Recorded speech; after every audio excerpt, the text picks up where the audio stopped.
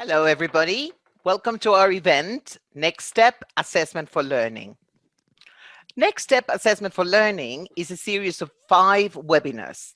We're starting today with You Are Here. Can you see the arrow on the next slide?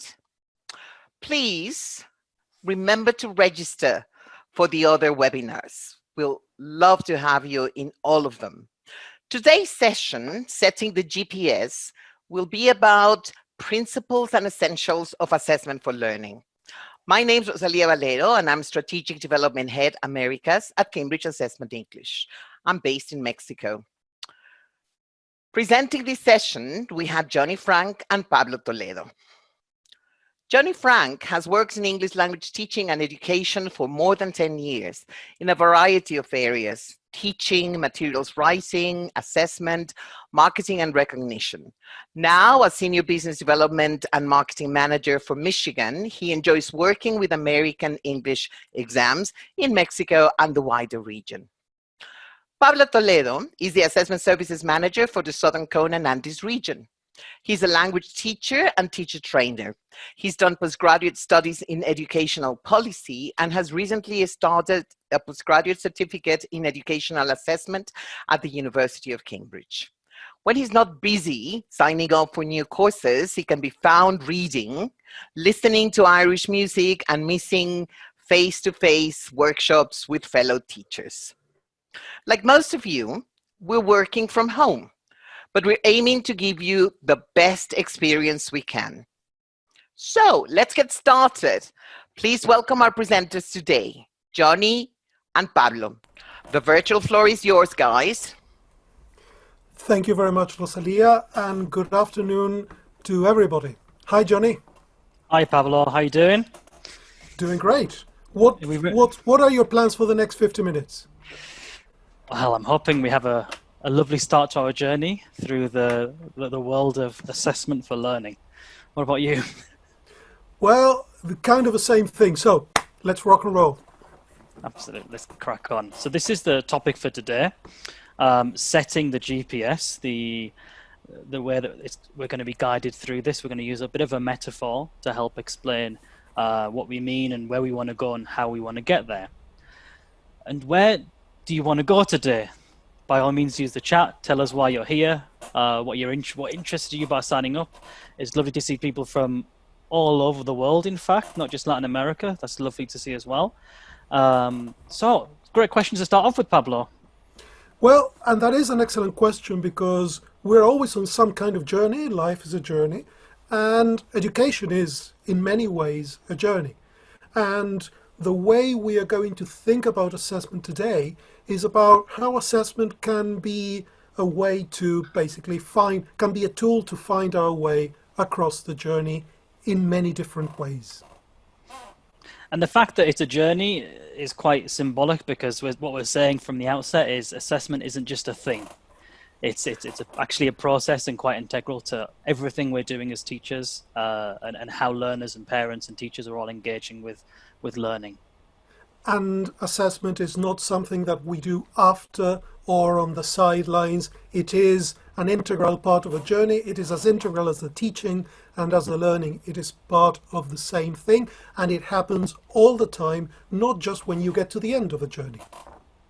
Well, let's find out what the participants think. So we've got a couple of words here, and we're going to take them one at a time, I think. We've got a lot of people online, so fantastic to see that. And what we're going to ask you is, what do you think of? So a bit of word association, a bit of a warm-up or a warmer. So the first one is assessment. What kind of words spring to mind when you hear the word assessment? Please use the chat box to let us know so we can get an idea of where we're starting in this journey with you. I see evaluation, diagnose, improvement, exams, process, Cambridge English, absolutely. That's a good Michigan one, as well. I've seen feedback and support. Those are fantastic to see. Quizzes, testing, backup, measurement, more support, level improvement, feedback, lots of feedback. That is a very positive thing to see. Helping, that is a really good one. Validation, we're getting technical. People have typing ferociously. Just pause there for a second. Press return if you're already writing the word, because we're going to go to another word which we've mentioned already a few times, and that's journey. So when you hear journey, what comes to your mind then? So we're changing a little bit. Don't stop believing. I promised I wouldn't do this, but couldn't help myself. Karaoke's on Wednesday now. So trip, pleasure, I excitement. like adventure. That's a good one. Trip, holiday. Wouldn't we like that? Milestones. That is a really good one. Yes. Adventure. It takes time. Prepare all for it. Knowledge. A few vacations coming in here. I think we can read people's like kind of unconscious desires at the moment. We all agree. Yeah. Holidays would be great. Okay. Path, dreams, enjoyment, go together, challenge, spiritual elevation. Interesting one. Teamwork. Someday. Oh, come on. We can be better. Okay, so that's great to get some of your initial thoughts, and that lets us kick off our journey. Absolutely. And Johnny, we're looking at a map here. I have a question for you. Okay. Has there ever been a journey that you have taken on, that you planned on your map, you set off at the time you said you would, and everything went exactly according to plan? That's a good question.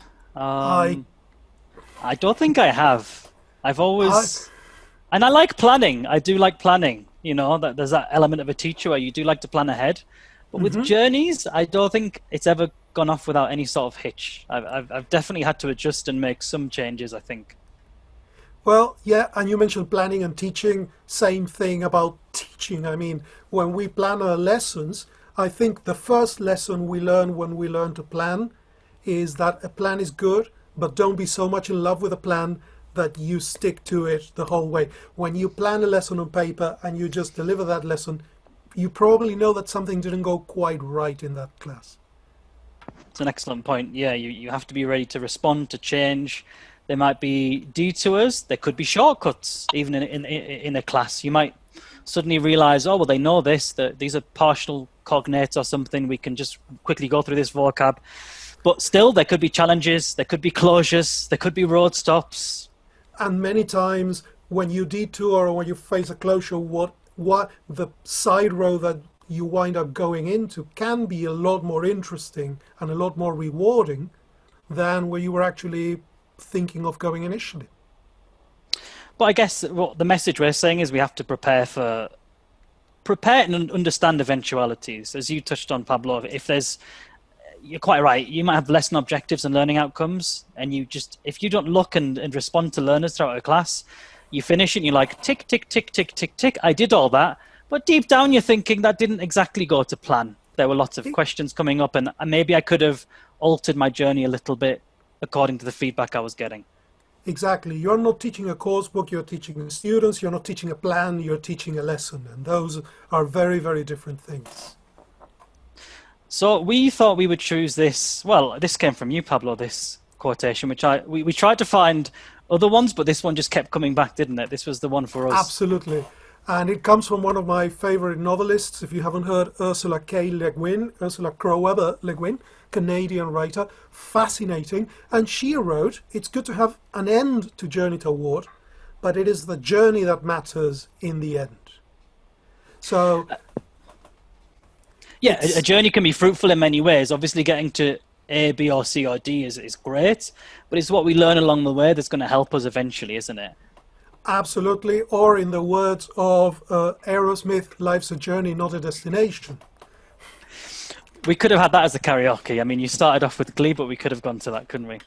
Absolutely could have. The journey that we're on now, I mean, 2020, if it was a type of journey, I'm not sure what type it would be. Maybe not the smoothest for any of us. Definitely not the one we were thinking of at the beginning.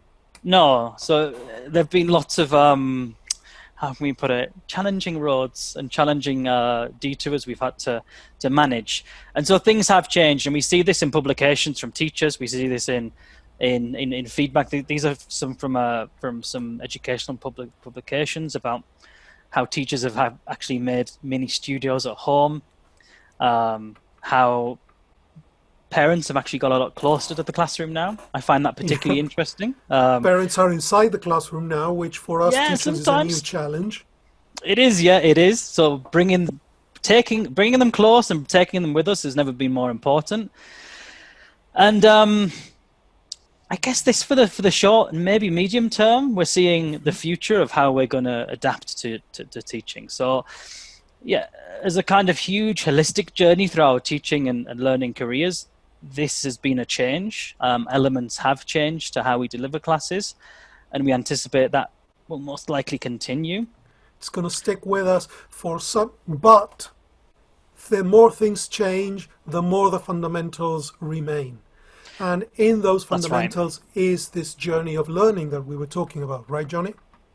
It is. So we today would like to, really emphasize the importance of no matter what the journey or the road or the terrain throws in our way, we've got the knowledge or we've got the access points to knowledge, and we can continue building that knowledge to certain areas that are going to help us. Like we're looking at 3 specific areas today to give us that foundation as to what we mean when we say assessment for learning. And then we're going to dip into the principles behind that. We've got an interesting publication that has like 5 elements that would be considered assessment for learning must-haves. And then we're going to look a little bit about at the whole purpose point of view, and why and how are we using assessments and how do they connect with learning. And I think you're going to guide us on the first way, aren't you, Pablo? We've mentioned GPS to start off with as a way of finding our way. And here you are with a map and an icon for GPS over the top of it.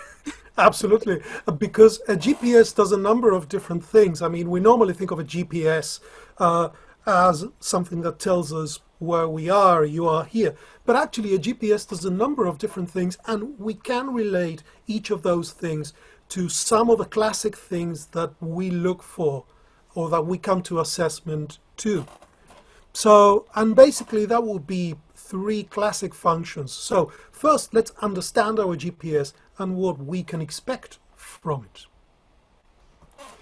And the first thing, the most basic thing that we look for on a GPS is what you see here. This is actually showing you where my house, where I've spent most of my time for the past 7 months now. And it basically the first thing we do is we press a button and the GPS tells us you are here. And this relates to one classic function of assessment, which is diagnostic assessment, where you take some kind of assessment tool, usually it's some kind of test, replacement test, or can be a short interview, can be any of a number of things, and it tells you where you are. So this is what you know, this is what you don't know, and if we are looking at maybe a framework of language competence, or if you're looking at things like in the different courses which are offered in an institution, this is where you are on that scale. But a GPS can give us one more thing. And here, one more thing is you can see 2 dots. This is where I am, my home, and this is where I would like to be. And that red flag shows you where the Cambridge Assessment English office in Buenos Aires is. So it tells me, and it shows me on the map how far I am, or what is the distance from one to the other. And this relates to another function of assessment, which is not diagnostic, but summative assessment. Summative assessment tells me where I am, and it tells me where I am. One more click, Johnny. Sorry, I got there in the end. I've just gone ahead. Sorry. The animations are fooling me. It tells me, so what? Now you're going too fast. It tells me where I am in relation to my learning objectives. So it doesn't just tell me where I am, but it puts me in the context of my particular goals. Summative assessment usually comes at the end, and it looks at all the things that have happened, and it tells me in the context of all the things that you were expected to cover, this is where you are. But it's tracking you as well, isn't it? At the same time, you can kind of reflect on where you are. And yeah, I like this way of discussing assessment, the whole journey aspect. and the idea of the distance, when you have a scale, it is very important to know not just whether you are where you would like to be or not, but how far you are from it. Have I overshot it? Am I way behind? Have I actually done more than I was supposed to, which is a good thing? So knowing that distance is a really good thing. But to really make progress in learning, we need one more thing. Because actually, if I wanted to go from my house to the office, this wouldn't be enough. I would need what this GPS is showing me now. I would need to know that I am here.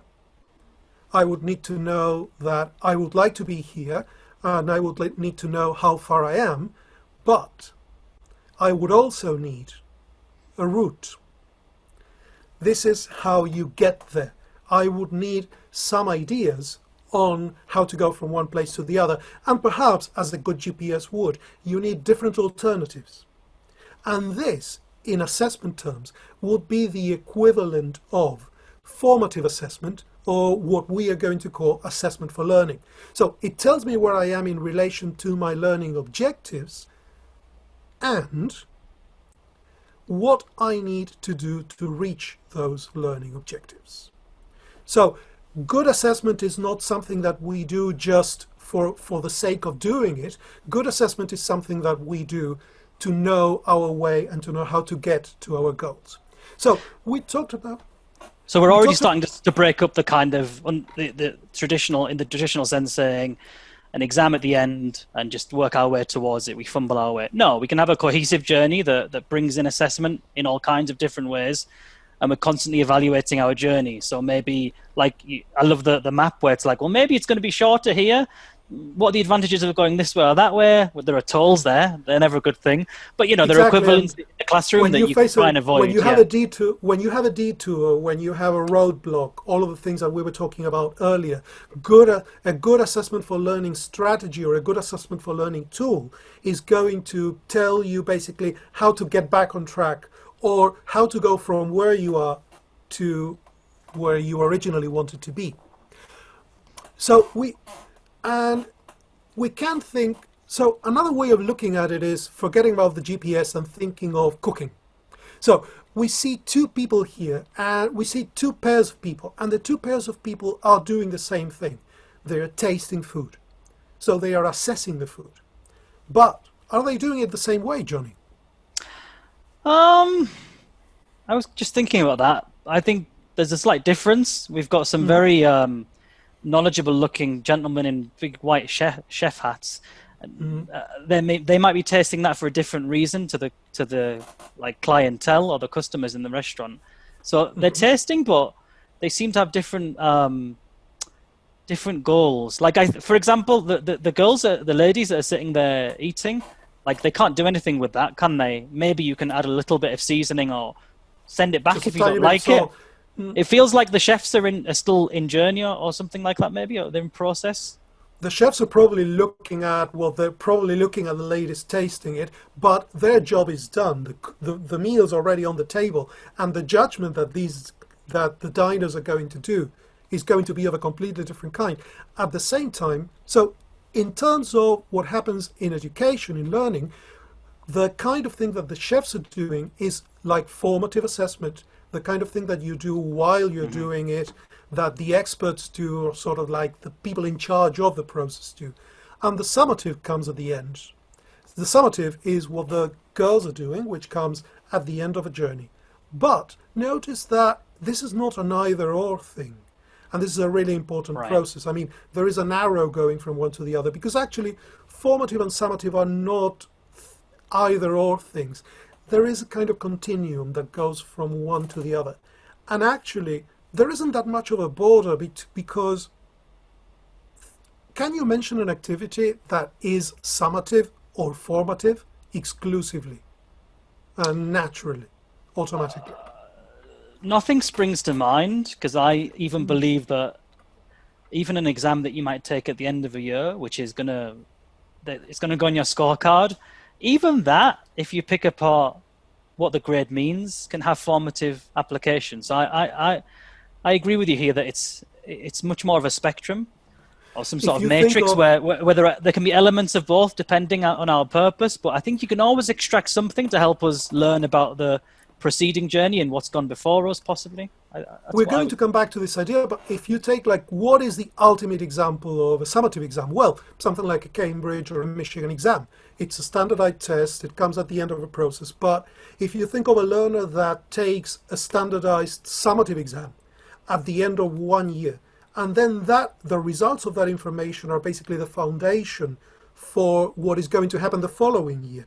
So the teacher that takes over that course takes that information and sees, oh, this class that took one exam, they're weaker on their listening, and this particular learner is very strong on this, and this is very strong on that, and uses that to move forward in the learning and as a baseline for the work that is going to carry on. Is that formative or summative? And you're thinking, that can be it blurs the boundaries, doesn't it? Because I mean, if it was going to be purely summative, you'd say, give me the list of, they took like a Cambridge or a Michigan exam at the end of the term. Give me a list, 1 to 30 or 40 of them in a class. And then we go, I know how good they are, how bad they are. Fail. Yeah. But actually, as teachers, we dig a bit deeper and we're like, well, what were the weaker skills? Were they listening? Was it listening they found difficult? Was it the speaking? Was it the writing? And even we have some assessments that you can dig even deeper. Even as summative assessments, we can extract even more feedback than that. So yeah, I see what you're saying. It's not as simple as we might first think it is, really. Yeah, so we can think of like sets of features which are traditionally formative, traditionally summative. So traditionally formative would be an ongoing assessment that guides what happens next, and it sets a kind of purpose. Whereas summative assessment we associate with something that comes at the end of a period of study, not necessarily the end of a course, can be the end of a unit, can be the end of a section, of a term, or something else. It evaluates what happened before, not necessarily what is going on, and it is a kind of judgment. It is going to pass some kind of judgment, which in a way all assessment does, because at the end of the day, assessment is information that you use to make decisions. Yeah. We've had some people, I was just checking the chat, Pablo, and some people were very certain, they were saying a Cambridge, a Michigan exam is definitely summative. But we're beginning to sort of unpick that assumption, and I hope that you stay with us along the journey, not just today, but in the following webinars, to understand what we're trying to say with that and how we're looking at like a whole holistic toolkit with lots of very specific actions for exams and for learning. So, yeah, we're excited to have you here. As a kind of spoil, as a kind of spoiler to one of the big ideas that we are trying to tackle is the fact that no assessment tool is formative or summative in nature, but it can be used summatively or formatively depending on, I mean, it's all in how you use it, not necessarily in the context, which is where our next section is going. So assessment becomes formative assessment when the evidence is actually used to adapt the teaching work to meet the needs. And this comes from Black and William Inside the Black Box in 1998. The reason we are going all the way back to 1998 is that in a UK context, Black and William were part of the Assessment Reform Group, which was an extremely influential group of researchers and educators looking at educational assessment in the late 90s and early 2000s, some of them from the University of Cambridge, and producing very influential work, including Inside the Black Box, highlighting the features of formative assessment and the approaches towards it. And basically, another important thing here is that assessment becomes formative. It isn't by design, it becomes formative. When you use it to adapt the teaching work to meet the needs, you can take a quiz at the end of a class, which would be some kind of formative thing. You can collect information. But if you do not use it to adapt the teaching work, it's just data, it's lying there. So you can have something that happens at the time where formative assessment happens. That is the kind of activity that formative assessment is, and it's not formative if you do not use it to actually shape what happens next. Yeah, so it is not black or white, it is not clearly cut out. As you say, you could have something that you could have two teachers using the same activity or the same, what we would assume is a formative assessment, but it's actually the use of it. So you could have two classrooms beside each other, even virtually, two classrooms running parallel.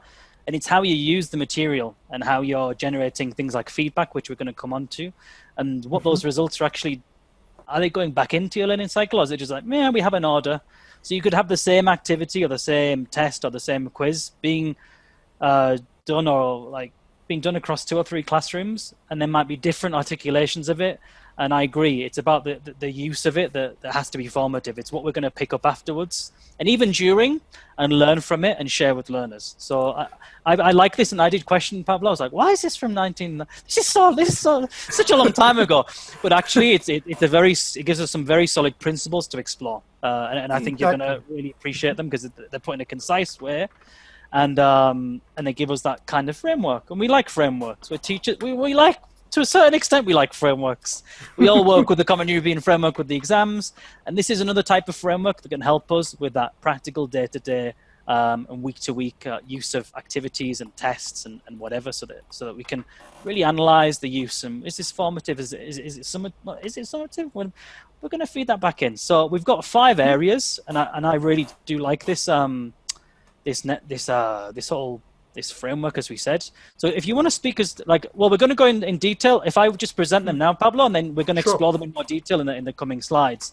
So primarily, and we've mentioned this word a few times, and so have people in the chat, feedback and effective feedback is really important. So maybe just a tick or well done. That's feedback, but is it effective? What can we do to make that a bit more meaningful? We want learners to be involved. It can't be something done to them, because otherwise that's probably going to feel like a summative assessment and a judgment all the time. And we want to move a little bit away from that to show them how assessment can actually help them get better at English language. And also that they need to see that you can adapt to it. And you need to do that as well. I mean, if you have a range of classes and you've got, we said this at the beginning, you've got a journey that you expect to go on, but hang on, I need to take a left here instead of a right. Can easily happen in the classroom that you think, oh, well, I thought their writing was a lot better than this. Maybe I'm going to have to pause here for a bit, regroup, get some activities to help with, I don't know, discourse markers or organization, and go from there. We also have to make sure that we're not kind of, again, judging them in a negative way. Everybody, even in professional life, so going beyond teaching and beyond education, everybody's got a bit of a soft center. Nobody likes something, nobody wants a dagger to the heart. If you've spent hours preparing something and they go, don't like it, I mean, that's not the way to do it. You need to frame this in language and in a way that people can understand that you've taken time out. You can see some positives, and you can also see some areas where you think something else could be done. And finally, again, that kind of journey. We've talked a lot throughout the webinars we've done over the last year about taking parents with us with journeys. With assessment for learning, the person you really need to have in the vehicle with you are the learners. They need to understand it. They need to learn from it. So engaging them as much as you can while not kind of flooding them with meta language is an absolute must. Absolutely. So we'll going go a little bit deeper. Let's go a little bit deeper into each of these. So learners receive effective feedback, but what is it that makes feedback effective? So let's talk about some features of feedback. Number one is that feedback is a conversation. Feedback is communication. So feedback, as any conversation, has to be meaningful. You have to give me feedback that I can understand, something that actually means something to me. It has to be specific. So specific in a way that this is feedback about something, and I understand what that something is. It's not about overall things that I cannot manipulate. Feedback is future focus. It is looking in, it is not a judgment of what I did, that was wrong. Feedback is about what I can do to develop. And also it focuses on the process and not the person. So feedback focuses on what you did, what the strengths were, where there are areas of improvement, not on you. It's not you are a failure, Johnny, because you couldn't answer that. It is basically, you did this right, this is something that needs a little bit more work, and this is how you work on it. So, and that is where the future-focused bit comes. And when we were planning this, we discussed also, we had a couple of examples that lend themselves to this particular circumstance that we're in now. One is, for example, writing. Some of you may be aware that Cambridge English has an amazing website called Write and Improve. Check that out. That gives feedback And I'm not saying that replaces the teacher. We're definitely not saying that. But it might give you some ideas on how you can communicate feedback. As Pablo said, it's meant to be a conversation. It should be kind of non-judgmental and looking at the piece of work instead of sort of feeling like an attack on the person.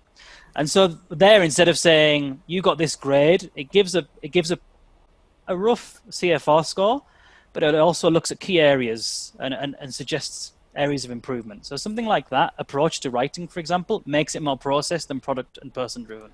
Absolutely. And on the element of timely, you mentioned writing feedback. Feedback to speaking is something where we focus a lot on the timeliness, where we talk about things that we correct on the spot versus things that we correct which are delayed. Then if we think of things that we correct as common errors, instead of things that we single learners out, where we see that there is a common lesson, there is always something there that involves the time, the manner in which we do it, how we address it, who we address it to. And all of those things are what make the feedback effective, because the feedback is not the message, the feedback is what in the message enables you to continue going. Yeah, exactly. And then we've got this area of involving learners that we touched on. Exactly. Learners need to know how they will be assessed, and they need to know on what they are being assessed. They need to participate in the process in some way, and they need to reflect on the outcomes. And I would like to stop on this last one. Reflecting on the outcomes. Very often when assessment is just a matter of it's the end of the term, so we need a test, and in that test I need to give you a number that is going to go on the report card. It's not very meaningful, and there isn't much involvement. Yeah, learners know that the test is going to come out roughly this time of year, and they know that it's going to be kind of like this and that, but they need to be more active in that process, and basically they need to think about what happened. In this sense, just if the only result that they get is a grade, that is not something that enables a lot of reflection. A grade, as in a number or a letter or good or not enough or sufficient or whatever, however you do it, just the grade is not particularly meaningful if it is not related to some kind of description and some additional information that enables you to move forward. I agree, and I think that it bleeds in nicely to the whole area of adjusting your teaching and showing students that you are being responsive to their feedback, right, to their results and their progress and their areas of improvement. Because teaching is communication and teaching is being present. So when you are present, you are responsive. You do not teach just by pressing play and moving on with a plan.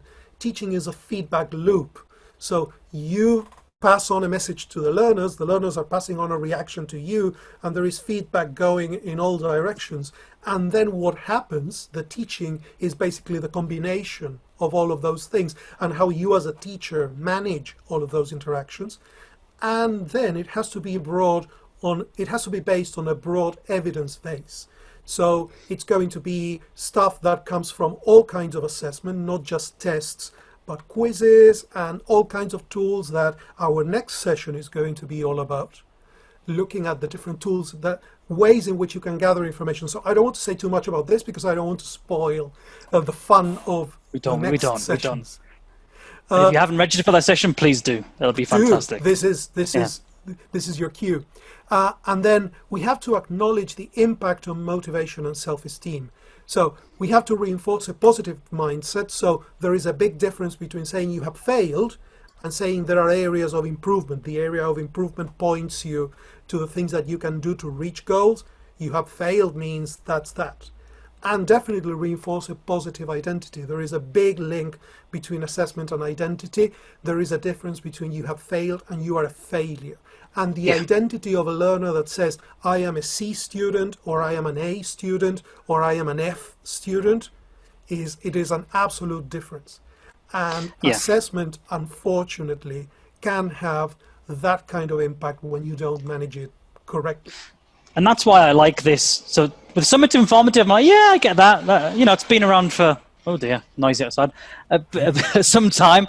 But then when you really dig into the principles, you start to see the levers that you must pull as an educator and as a teacher to ensure that this that our theoretical understanding becomes a practical reality in the classroom. And also what kind of impact assessment can have, because it is Yeah. not just about, well, I'm going to feel better about this, or I am going to get better information about where my learners are, or I am going to write a test that is actually going to be sort of technically good, that is going to discriminate good learners from bad learners, that is going to give me a good cut score, that is going to do all of the technical bits, validity, reliability, blah, blah, blah.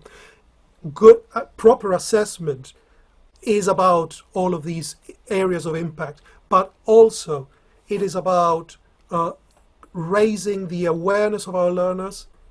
It is about fostering knowledge, fostering motivation, fostering autonomy. Eventually, the process of learning aims at learners which gain autonomy and no longer need the teacher. So they're going to need the skills to self-assess their performance for life. Yeah. When you go through these 5 principles, I'm just thinking learner training. I mean, I think it's key here that it becomes habitual, it becomes internalized by them, and that they're not just like a passenger, but they're also part of the journey itself. That they kind of co-navigate. Maybe they're the backseat driver. I don't know, but I think I think when these principles, I'm just thinking learner training. You know, this would be it for me. Like getting Absolutely. that negative language out of the classroom and making that feedback constructive, improvement focused. All of that. All of the things that we talk about come down to this. But it's not enough to just have principles. We have to think of how we're going to walk that path, how we're going to cross that journey. And I have a question for you, Johnny. Go on. Which is best, a car or a helicopter? I'm going to have to answer with the old "it depends," I think, because a car would be pretty cool for certain things, whereas, well, it would be functional for certain things. If I was like, I forget the name of the character who also plays Iron Man. If I was Tony Stark, maybe a helicopter if I'm going to my skyscraper in Manhattan or whatever. So I think, can I answer it depends? Well, it depends. And basically, we have 2 scenarios. What would you rather have for this? Well, I think to get to the mountains. You would probably like that helicopter. It gives you a great view, allows you to go the distance. You don't care so much about is there a road that goes from here to there. Yeah. It is just what The winding helicopters are roads made become a for. thing of the past. You just get straight to where you want to go. That's true. Exactly. But if you're in the middle of a city, not much use for a helicopter there. I mean, if you go, we if you struggle. just that could be a struggle. Going to work by helicopter can be a challenge. Yeah, So- I've had to stop doing it. I mean, Yeah, it was embarrassing. Now, vehicles are one thing, and we're talking about learning as a journey, and we're talking about assessment as a journey.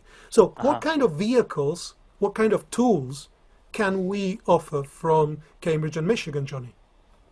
well, typically we would look at, and this is what we're going to do. We're going to, if we had the same question, which is best, then again, the same answer would be given. It's, well, there's a lot of variables here. Where do we want to go?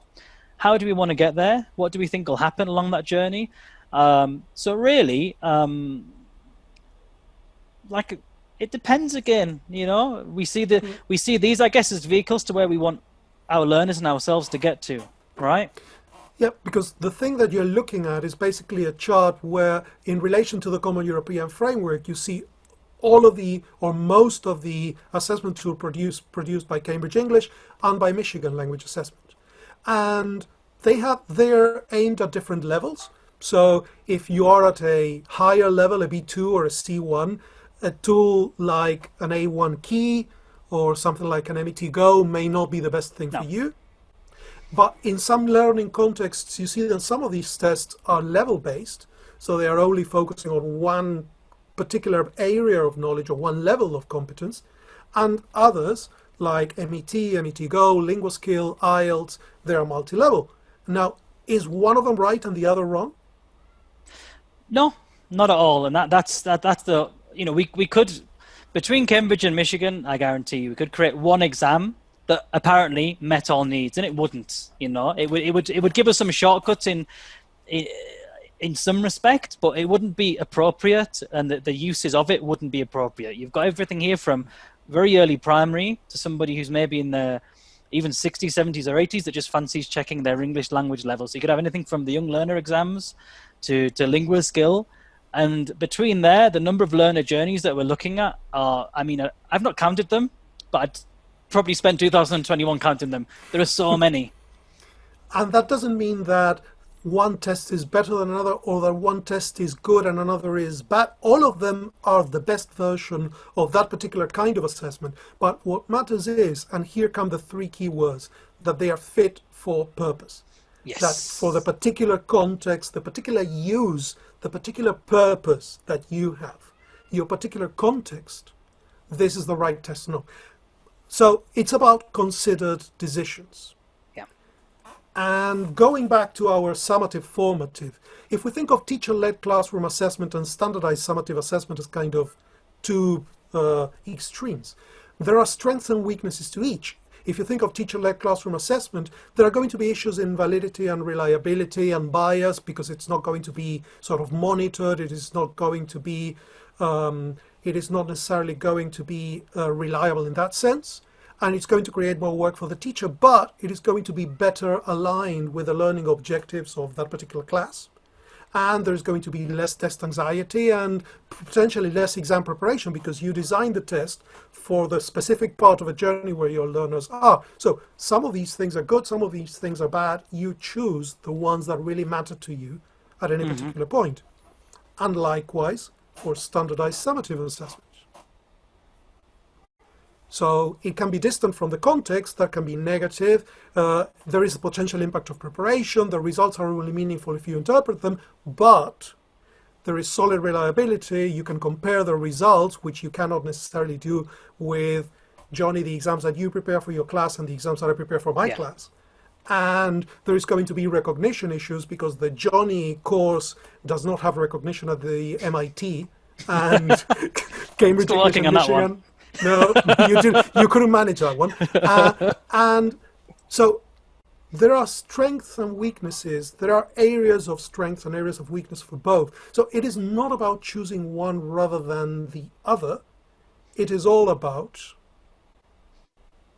striking a dynamic balance.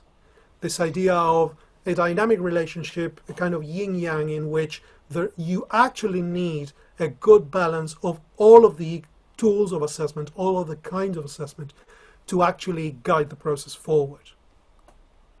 Yeah, and I think that's a nice another useful metaphor. That is, we're not looking at kind of linear paths. It's actually, like you said, a dynamic process. And although on this slide we're looking in a way, we've isolated summative and formative assumptions. Throughout the whole journey of this first leg, I think we've shown that the three keywords you said, fit for purpose, is crucial. Use, how you're going to use that assessment ultimately will decide which assessment you use. And then it's this ongoing process of learning from and adapting to learner needs. And I think this is a useful kind of summary of that. Because the notion of assessment for learning and the focus on formative assessment happened as a reaction to an education system that was veering too much on the summative side, and lots of high-stakes tests happening at summative points for summative uses. But the idea that summative is bad and formative is good is equally dangerous. Yeah. Because if you don't have comparability, if you don't have solid, reliable tools of assessment that relate to criteria that can be shared, then how do you know that when you pass learners in your course, you are following the same standards as I am in my course? And in some contexts, that is particularly relevant. If we are working for the same school, teaching the same grade, but you assess to different standards than me, then we have a problem. And if you are thinking about all of the learners who are then going to go to university and they need a certain level of English to be successful in their courses, then you'd better have some kind of rule, some kind of standard rule. So there are uses for all of them, and the right thing to do is to balance them right and to choose whatever is fit for purpose. We shouldn't be prejudiced against one or the other. And at the end of the day, it comes down to asking you as a teacher, asking yourself a number of fundamental key questions. Which are they, Johnny? Well, the first one is, and it sounds simple, but it's kind of before setting off on your journey, you're taking a step back and thinking, well, what do I want out of this? You know, it's very easy to throw a quiz or a test out there, but if you don't need to, why do it? And if you feel like you need to, well, why? What exactly do you want to get out of this particular assessment interaction? Exactly. And then, what is the best way to find out that thing that I want to know, that thing that I need to know? Sometimes it is going to be something that is going to require a quiz or a test or an essay or something like that. Sometimes it is going to be just throwing a question into the classroom and looking at the faces of your students and seeing how they respond. Or even to a very granular level, you might consider, again, to pick the example of write and improve, because it's a very nice, relevant one. Now, if you've got if you're just starting with a class, you might be looking at quite a general writing activity that you give them, and they share the results, or you've got teacher view of their results. So you're making it quite general. Or later in the learning course, if you've got specific goals, getting a bit more detailed. Yeah, looking at test or example prompts that are going to provoke certain replies and certain answers that will give you an idea of coherence and cohesion, for example, or their lexical range or depth, all these kind of things. So even if you're saying it's writing, well, what specifically, or speaking, what specifically are we looking at here? So you really need to have that clear before you're asking your students to do something, and asking them to go with you on this journey if they don't know why. You know, they know where they're going, but they don't know why, and they don't know what your justification is, and they don't know why you're choosing these particular ways. And also be very open-minded in terms of what you do. If you're just looking at, do they remember the irregular verbs in the past, then just a simple quiz will do. But if you're looking at something more developed, then you need a kind of different tool. And the next question you need to ask yourself is, how is this going to feed back into learning? What's that? I mean, if you're looking at something and thinking it finishes after that test or that assessment, maybe consider choosing something else, because everything we're doing in the classroom, if these are interactions that are meant to elicit responses that you're going to evaluate, the idea is that evaluation, as we've discussed over the last 50 minutes, is going to feed back in. And so if there isn't scope for that activity or that task to feed back in, it's probably not a great task for you to be using. Now, if the only thing that it's going to do is like a red light, green light, can you move to the next stage, to the next unit, to the next year, to the next whatever, and it doesn't feed back into the learning, then it's not really assessment. It's just a stage, and it's like paying the toll to move forward. But it is a lost opportunity in terms of a learning process. That's a nice way of putting it, yeah, I think. And finally, confident. How confident do we need to be in the results for the specific, or the feedback, or the responses that we're going to generate? And I think this goes back to your previous slide with the yin-yang aspect, in terms of maybe if we're ending the year, we need to be specific, like quite sure and quite confident, and using something like a Cambridge or Michigan exam that will, again, give feedback that you can roll into the next year. But I think that's what we're alluding to here, aren't we, Pablo? Yeah, I mean, for different things, you need different degrees of confidence. It would be very simple to say, yeah, I want to be absolutely sure of every single thing I do in the classroom. But to be absolutely sure of everything that you are assessing implies a lot of processes, very specific methods, and things that are not, I mean, you don't kill a you don't kill a mosquito with a cannonball. So I wish I could sometimes, but I wouldn't have a flat left. Now, again, going back to the example of, I just taught the simple past, and I just want to know if my students sort of are relatively proficient in memorizing the list of irregular verbs. So just giving them a simple thing like, I shout into the classroom. Remember classroom, that room that people went to when you didn't do it online? In the olden days. Yeah, in the old days. So you just say, go. And so you have 2 seconds to say went. And it could be a game, and it could be just call and response. It could be a simple drill. It could be a quiz, something very simple. And you don't need to be 100% confident of who said what. You just want to know if everybody says went, or some people say goed, or some people just look at you. And you just want to get that feel. Now, if it is the end of a course and you want to assess if they have the competence to talk about things that they did in the past, you're going to be a lot more, you're going to need to be more confident, and you're going to need a very different tool. So if you are not going to pass or you're not going to allow a learner to move into the next year of their schooling just by go and then seeing who says when, just shouting it out.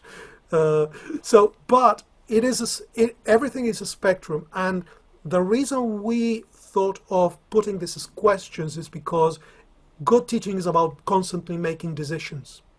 And these are the questions which are going to guide you in making the right assessment decisions, because basically these are the questions that you ask yourself to assess fitness for purpose.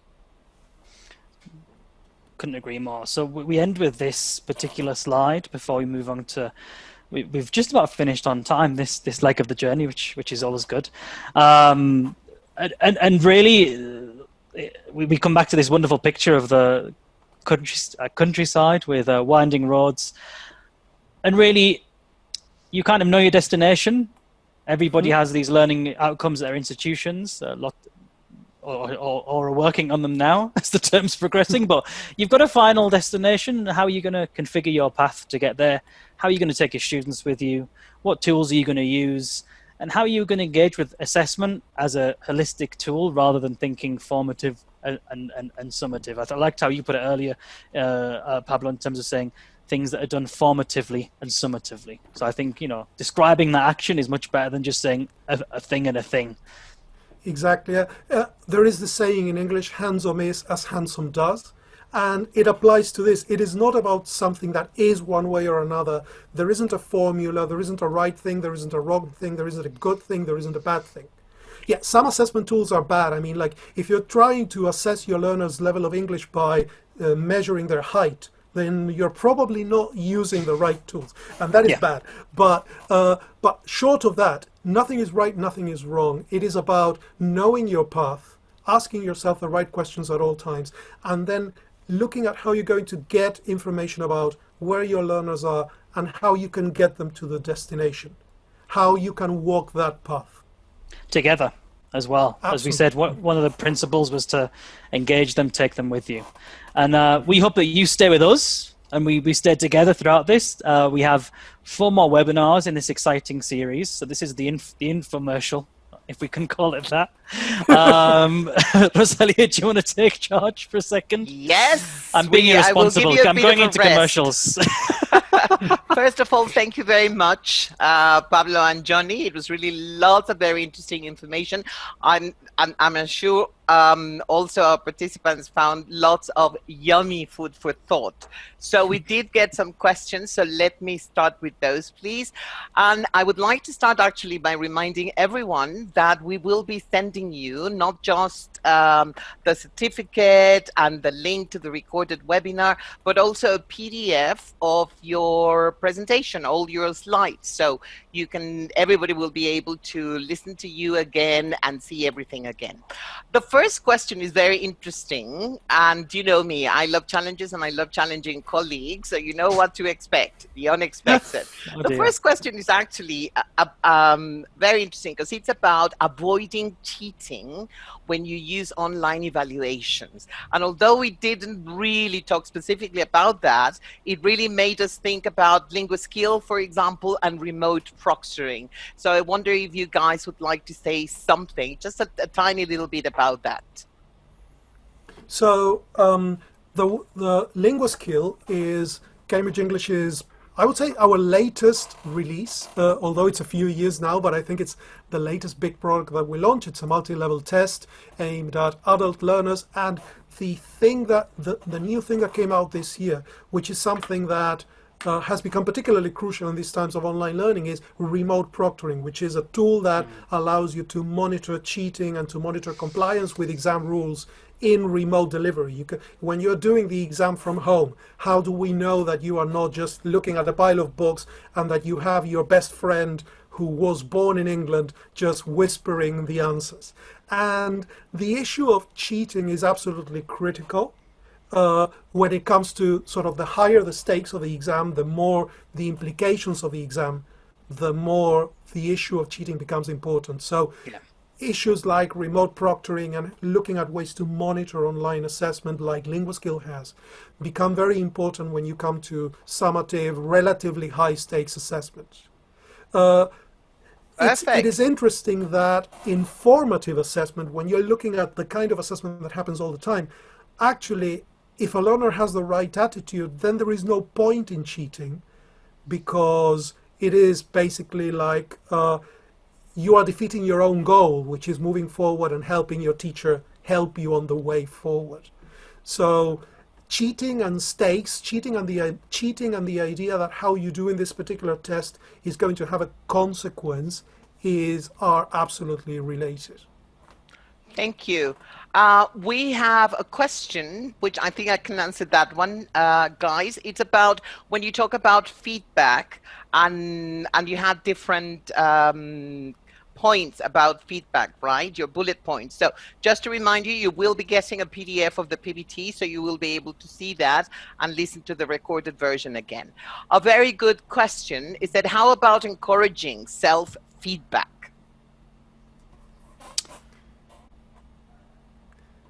Well, yeah, I think we're in the age and in the year where that's probably more achievable than in others. If we're looking at digital delivery and distance learning, we were discussing this when planning webinar. You can build up a lovely digital portfolio now, and speaking, for example, can be recorded on certain websites and sent by email to your teacher, and you can also listen back to them yourself. So although I hate listening to my own voice, I think learners less so because they're very chatty, most of them. So you again learn a training, avoiding meta language, maybe having a checklist, but then you taking that checklist and explaining what those mean, and getting them to listen back to themselves. And a good transcribe if you're really mean, but you know, if it's a short speaking, and if they're just like, oh, I'm always saying which is a natural discourse feature, but not so frequent, whereas learners might lend on that, or they might have an L1 influence and be using the kind of discourse marker or the sound or the length of duration of a discourse, or like a kind of that feature of discourse where like, let me think. We wouldn't use that in every sentence, but they might be doing it. And so if they listen back to themselves, which again is easier now that they're at home and they can record, then that's something you can deal with. So I think, yes, I love that idea of kind of self-feedback and self-reflection. And let's see if we can have two more questions, guys. And this is an interesting one. Anything specifically you could say about young learners when it comes to what you have been talking basically in general?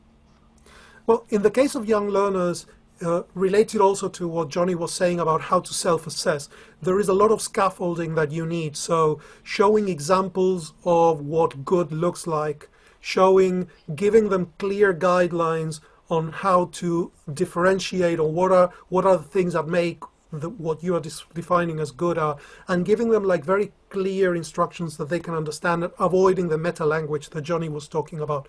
A young learner is not going to know simple past versus present perfect, but if that is what you're teaching, and there are ways in which you can convey the difference and you can make them see the communicative contexts for each.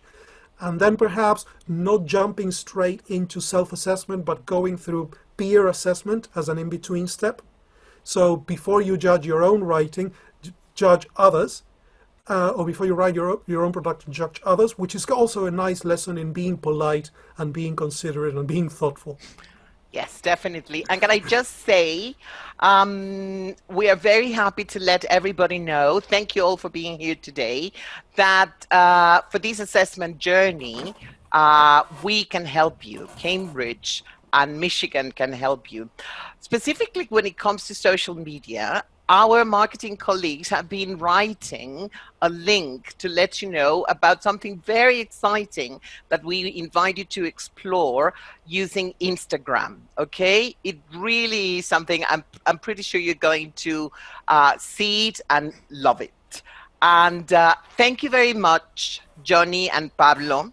And please, can I remind everyone that we have more webinars in this exciting series for us, because I mean, we are assessment organizations, so as you can tell, we get excited when you talk about assessment, right? Exams and tests, some of our favorite words in English, of course, and in any language. So do make sure you register, right? and come to the next webinars. The next one on Thursday, Choosing Your Way, Techniques and Instruments, right? You saw everything there, so you know that there are 4 more webinars to come. You have to register and be present at the first 4 webinars so that you can also get your digital badge. Remember, it's also very exciting. Thank you again for being here with us today. If you wish to contact us, please access our website and you can find us there. A big thank you to everyone. Our speakers, presenters today, Pablo and Johnny, but everyone. In order for us to create this and to have a webinar like this happen, we need other colleagues. So thank you everyone who was here. Maybe you cannot see them today, but we can feel their presence because we have had their support all the way through. Thank you very much. Enjoy the rest of the day and see you in our next session. Bye-bye. And thank you, everybody. Likewise. Bye, everyone. Keep safe and take care.